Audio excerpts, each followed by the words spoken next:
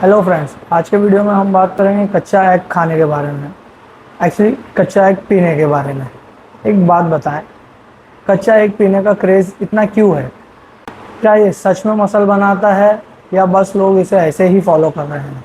आज साइंस की रिसर्च से इसका ट्रूथ क्लियर करते हैं। Raw versus cook egg protein. Research बोलती है कि रॉ एग का सिर्फ 51% प्रोटीन बॉडी अब्जॉर्ब करती है, जबकि कुक एग का 91%। मतलब सिंपल है, रॉ एग का प्रोटीन बॉडी आधा वेस्ट कर देती है। रीज़न, रॉ एग का प्रोटीन टाइट स्ट्रक्चर में होता है।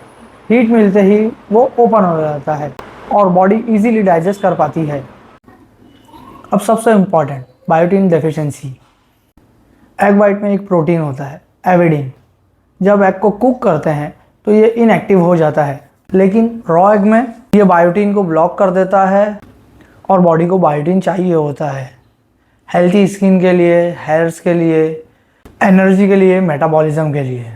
इसलिए रोज़ रॉ एग लेने वालों में dull skin, fatigue, hair fall, ये सब कॉमन इश्यूज देखने मिलते हैं। Third point, salmonella infection. Raw egg में कंटामिनेशन का रिस्क होता है। इससे फीवर, वॉमिटिंग, मोशंस और क्रैम्प हो सकते हैं। जिम में स्ट्रॉन्ग लगते हैं ये लोग, लेकिन बैक्टीरिया किसी को भी पकड़ सकता है और ये रिस्क कुक एग में बिल्कुल ज़ीरो होता है। नंबर 4, मसल बिल्डिंग स्लो क्यों हो जाती है? मसल बिल्डिंग में सबसे इम्पॉर्टेंट होता है डाइजेस्टेबल प्रोटीन। अगर प्रोटीन अब्जॉर्ब हो ही नहीं पा रहा तो जाहिर सी बात है मसल रिकवरी स्लो होगी ही, और रॉ एग का प्रोटीन बॉडी अब्जॉर्ब नहीं कर पाती। रॉ यॉक थोड़ा better but still not recommended.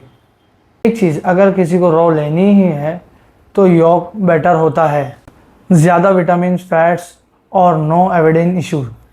But cook yolk फिर भी ज़्यादा सेफ, ज़्यादा बेनिफिशियल होता है। Best way to eat eggs. तो बेस्ट क्या है?